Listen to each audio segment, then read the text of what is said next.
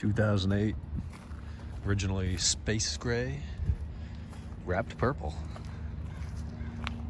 I got it. Let's not stall it. Don't burn out my clutch. Yeah.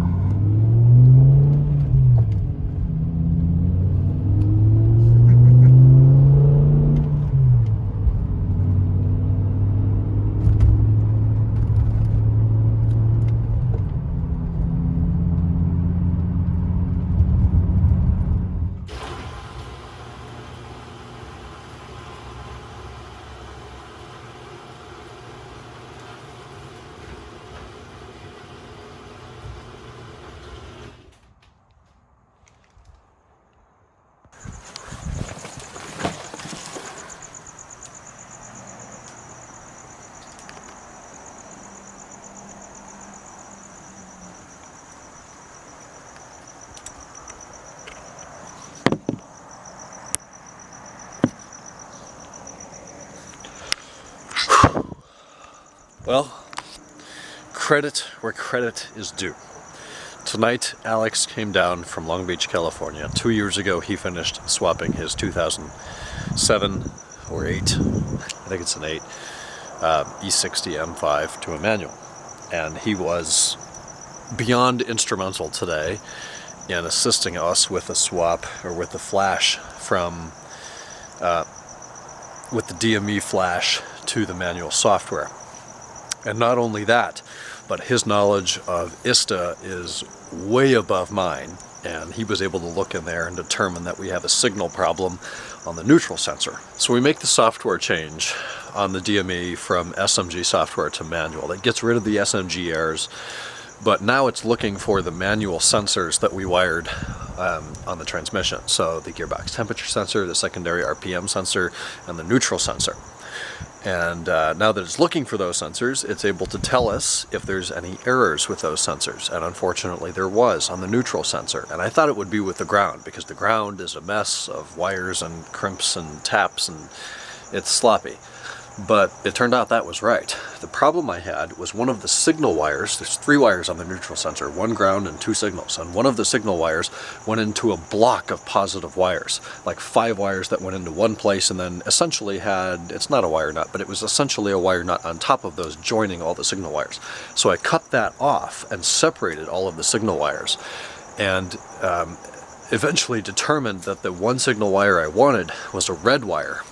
And I remember thinking, I need the crimps, or I need the wire strippers or something. So I took the signal wire that I had determined was the correct one through a continuity test, and I wrapped it around another wire. And I climbed down the ladder, because the car was in the air, since we needed access to the transmission X6681 connector. I wrapped it around another wire, I went down, I got the tools I needed, I climbed back up the ladder, the wire had unwrapped itself, and I picked the wire that was closest to where I had wrapped the wire, thinking, well, this must be it since it's closest. I used the wrong signal wire, so we had a neutral sensor problem, which the car would have been drivable, but cruise control wouldn't have worked, because it wouldn't have known that it's in neutral. So we tested the continuity again today in those 3 wires, and determined that the last wire wasn't correct. I had the wrong signal wire spliced in, so I had to cut the connector off and find the right signal wire and splice that in. And after that and a code reset, the car runs, the car drives with no problems, with no error messages, and it's just surreal to drive this thing with a manual, and to, after 2 months of work, to be here. We had set a lofty goal to be done by June 1st, and you know, it took 4 days, it took 3 days longer than that, but here we are on June 4th, the car's home. As far as we know right now, it's not leaking anything. There's no errors on the dash, there's no code stored in the DME, there's no weird grinding noises, there's nothing.